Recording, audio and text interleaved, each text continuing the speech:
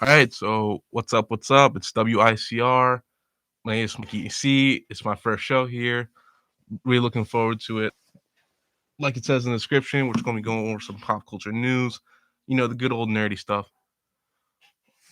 So, first off, I just want to vent a little bit. Where is Invincible season two, man? That first season is so good, bro.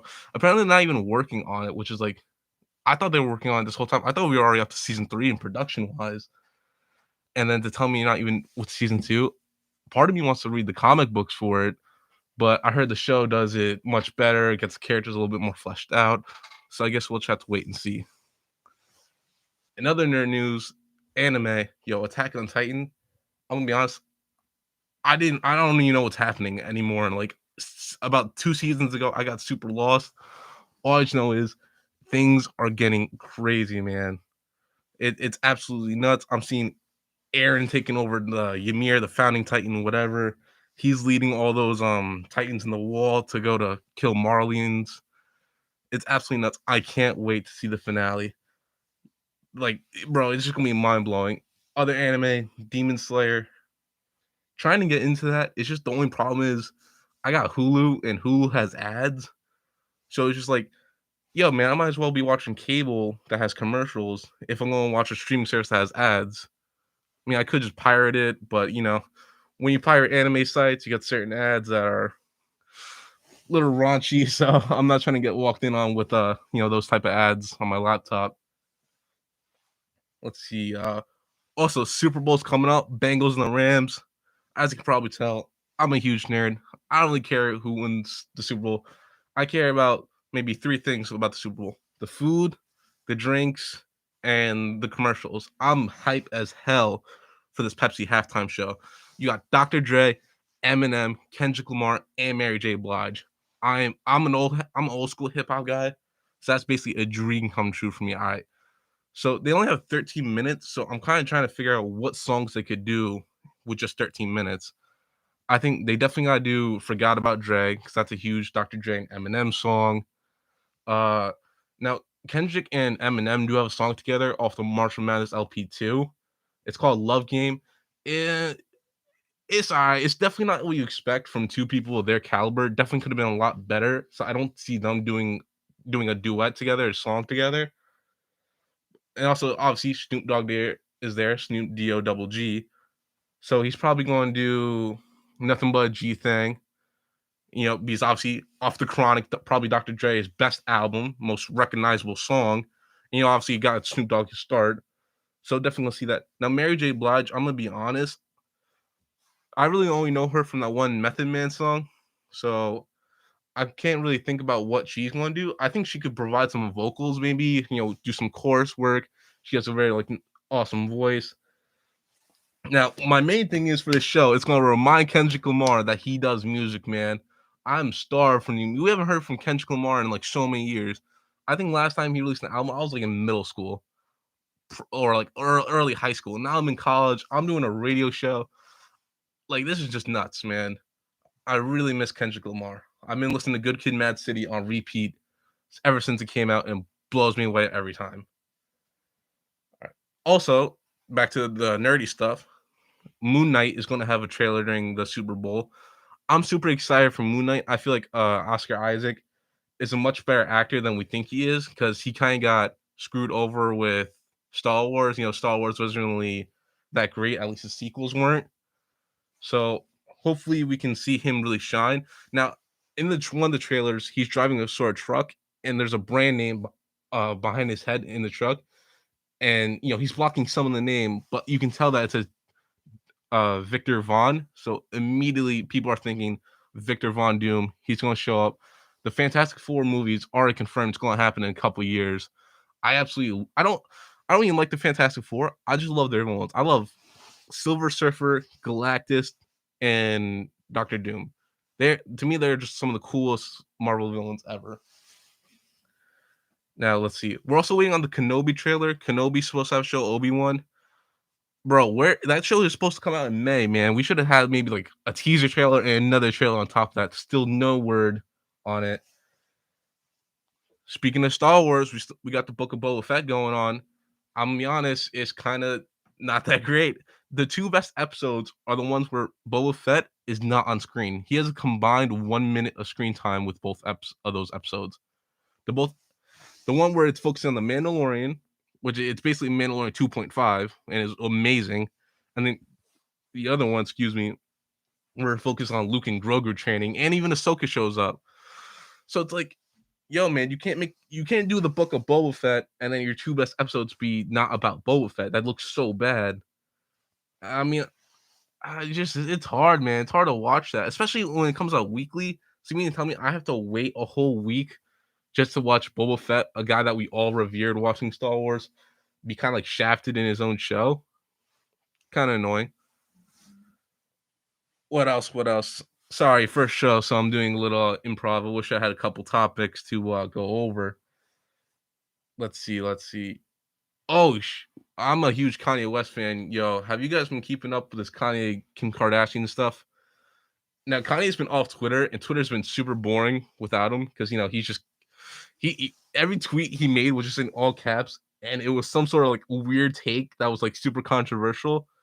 Then he got off Twitter, and then it got super boring. Now he's on Instagram, and like Twitter, all his stuff is in caps, and he's posting screenshots of text conversations between, Kim's cousin or stuff like that. It's going absolutely nuts. I just feel bad for the kids, but the craziest thing is Kanye claims that Kim had said that Kanye put a hit out on her. This is. I mean, I don't get me wrong. I love watching people just like duke it out and just fight, especially the two famous people, and it's going to be this huge thing. But you got to feel bad for the kids, man. Like you guys are both grown adults in your 40s. Just take it to the DMs. I mean, yo, man, like you got like 4 kids, and like they're just gonna grow up knowing that like their parents hate each other. I mean, a divorce is hard enough, but when it's broadcast for the entire world to see, that's gotta be crazy. And I'll be honest, I'm a huge Kanye West fan, like I said, but I was not feeling that song with the game easy. I feel like the hook was like hard to listen to, the lyrics weren't there. Everyone was freaking about the Pete Davidson line. I'm like, that was like such a weak bar. And it's just God save me from the crash, just so I could whoop Pete Davidson's ass. I'm like, really? That was such like, yeah, y'all freaked out about that. That was such like a corny bar. And then plus, like, that crash happened like early 2000s. So, like, imagine all the angels coming to save Kanye, God saving him, and says, no, no, no, hold on, my son. You must survive this. Because there's a kid who just lost his firefighter father in 9/11. He's probably like 7 years old right now. I'm bringing you back. You got to kick his ass. Okay, it'll make sense in a couple of years. So, yeah, I mean, that's just all the Kanye stuff. I'm still waiting on. I don't know. We had the J. Cole. J. Cole's been making some crazy features as of recently. I'm not sure if you guys realized. It's absolutely nuts, man. I mean, I'm gonna be honest, I thought the all season came and went, but when you go back and listen to that, you just realize, yo, man, this stuff is actually bananas. Like his production has gotten so much crazier, and I think he's one of the most rewarding artists to listen to because you realize he kind of goes from like the young Simba, the self-anointed young Simba, to now he's a goat, he's a lion. I mean, like he's in a lot of people's top tens at the least. It's crazy.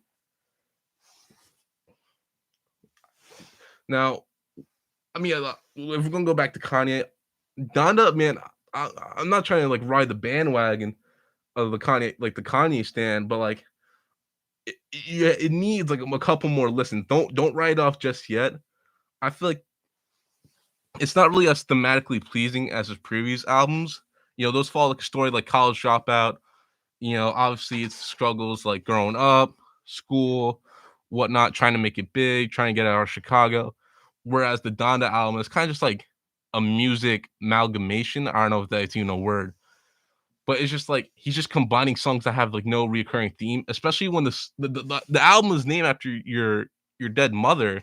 You would think a lot more songs deal with that and like deal with the concept of like loss, grief, but it's like off the grid, like that, bro. That's she's not even mentioned in that song. It's one of the most popular songs. At least you have to wait. You had to wait until the Donda Deluxe came out with that Life of the Party with Andre 3000, where he actually raps about his struggles with losing his own mother. Like that to me, that's what the album should have been. Everyone kind of coming together and be like, yeah, I lost my mom, lost my dad. That's how I'm dealing with it. Kind of like people that are grief stricken kind of coming together to make a beautiful album. It's not really the case, but like the songs are fire. Don't get me wrong. It's just I wish the Kanye feel and the Kanye soul was there.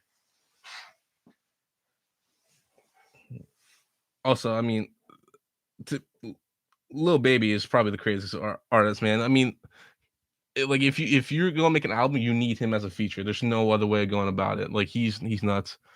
If you want to talk about babies, the baby kind of fell off. I mean, after making those crazy comments about gay people, about Joe Osiwa, it's like no one wants to touch him, man. I mean, rightfully so. The man's charging 300K for a feature. Like that's a fact. We know that. And like he's great on features, but like his own stuff, man, that's just such a snooze, man. It's crazy. Oh, this just in. Kanye refuses to sign documents granting Kim K legally single status. How is someone legally single, bro? That just does not make sense to me. Either you're not single or you are single. What's legally single? I mean, it's just crazy. I mean, I think fathers should obviously be there for their kids, but like this is just such a mess, and it's for the whole world to see. Like I said, so it's absolutely nuts. Let's see what else. What else we got? First look at Zurg and Pixar's Lightyear came out. It looks pretty sick. I'm a huge Toy Story head. I'm probably gonna see this in theaters. That's just how much a nerd I am. And plus, I think Chris Evans is doing the voice for Lightyear in this. You gotta support Chris Evans. I mean, literally 10 years of being Captain America. You gotta support him anything he can does. Hopefully, it's definitely gonna go over that Doctor Doolittle thing that RDJ put out after being done with Iron Man. That was such horribly received. But obviously, Disney and Pixar are gonna do the whole justice. It's gonna get like a 95%, be nominated for a couple awards, and it's gonna be great. So let's see what else. What else we got? Hmm. Yeah, I'm definitely gonna get that new Spider-Man like Blu-ray or whatever it is because I want there was a list of deleted scenes like court scenes with Matt Murdock, aka Daredevil, couple more interactions between the Spider-Man. It's all stuff you generally want to see. Now I'm gonna be honest, I'm kind of disappointed that Tobey Maguire's Spider-Man didn't have any words to say with Willem Dafoe's Green Goblin, especially spoiler alert if you haven't seen it. I don't know how you haven't seen it yet. He gets stabbed by Willem Dafoe's Green Goblin towards the end. Like, there's no words exchanged between the two of them. So much history between them. There's a history with Harry Osborn, the son. So I mean, a great movie, and it's probably one of my favorite movies of all time. But you do wish there's a little bit more. You are a little greedy with it. Let's see what else. Oh, this is crazy. I guess Oscar nominations are in. They came out about an hour ago. Hopefully, my phone can load these up. I'll tell you about them. Uh, just keep it light and breezy. First episode, and probably already messed up once or twice. But we're probably gonna end around the 15-minute mark. So just stay tuned for that. We got about 2 more minutes to go. Let's see. Highest voter turnout in Oscar history thus far, with ballots turned in from 82 countries. Let's see. Let's see. Okay, Oscar nominations for Best Picture: Belfast, Coda, Don't Look Up, Drive My Car, Dune, King Richard, Licorice Pizza, Nightmare Alley, The Power of the Dog, West Side Story. I'm gonna be honest. I saw maybe like half of Don't Look Up, but I've not heard of some of these movies, and yet they're gonna be nominated for Best Picture. Now let's see. Belfast, never heard of. Coda, never heard of. Don't Look Up, saw half it. I thought it was all right. Drive My Car, never seen. Dune played some crazy marketing tricks. They had like Zendaya, like 95% of the trailers, and she shows up for about 10 minutes in that movie. That's what I heard. And I feel like remakes, because that's a remake of a movie that was actually a rendition of a book. I feel like it's probably not going to win just because of that fact. King Richard, I kind of heard of. Licorice Pizza, I see 1,000 trailers for. Kind of interesting. Nightmare Alley, Willem Dafoe's in that one. So, it's going to be crazy. I do actually kind of want to see that. The Power of the Dog, no idea. West Side Story, I feel like we've seen West Side Story so many times. To give it an Oscar for Best Picture, you can tell this just wasn't really a stacked year for the Oscars. So we'll go over to Best Actress. Once again, never heard of any. Oh, I mean, I've heard of the actresses, but these movies, nope. Best Supporting Actress. No, I'm sorry this seems really opinionated, but, it's a radio show. I'm the one speaking, so I'm gonna be pretty opinionated on that stuff. Let's see, best director, oh god. Some of these movies, was this I thought we had a pretty good movie year to go with. Oh, here. Oh, Disney's gonna dominate this animated feature. So we got Encanto, Luca, Flea, The Mitchells versus the Machine, Raya and the Last Dragon. Her Raya and the Last Dragon was kind of snoozer, but I heard Encanto and Luca were really good. Also, The Mitchells versus the Machine were really good. Never heard of Flea though. Documentaries, no one cares. International, no one cares. I didn't know there was an editing category. That's crazy. So once again, though, it's like the same 5 movies being nominated, just obviously in different categories. So it's kind of, if you haven't heard of any of these movies, then this is not going to be a fun Oscar for you.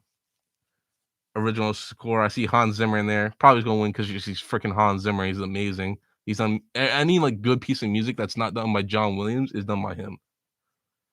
Let's see, costume design, VFX. Oh, we got a Marvel one here for VFX. We got Shang-Chi and the Legend of Ten Rings and Spider-Man No Way Home. Shang-Chi is a beautiful movie, but I feel like they're just gonna give it to Spider-Man because it's Spider-Man. So also No Time to Die is in there. James Bond movie.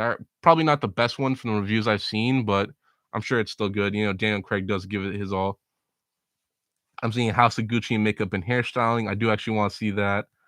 Coming to America, Cruella, and Dune is also in that. I heard Coming to America is like one of the best comedies of all time, but I heard the second one kind of bad. So, let's see. Yeah, I'm gonna be honest. All these other categories, I really don't care about. It seems like if you're a guy like me, the Oscar is gonna be pretty snoozeful this year. I've never even done like Oscar nominations. Like, I know people like bet on that or say who's gonna win and what. I just don't care. I just go and watch movies. That's how I am. Like, I'll make my own opinions. I don't care who gets the award, who gets the Golden Globe, Emmys, even the Grammys are rigged. Like, you remember the Oscars so white thing a couple years back? So I mean, come on, take that all with a grain of salt. If you're an actor and you felt like you did a good job, 9 out of 10 times you actually did a good job, especially if you got the right crew behind you. All right, so went a little bit past the 15-minute mark. We're about 17:30 seconds in. I think I'm gonna stop shop now. So, like I said, it's your boy Mikey C. I'm gonna be here on Tuesdays, 12 to 1, and somewhere in that range. So yeah, tune in around that time, and I'll see you then.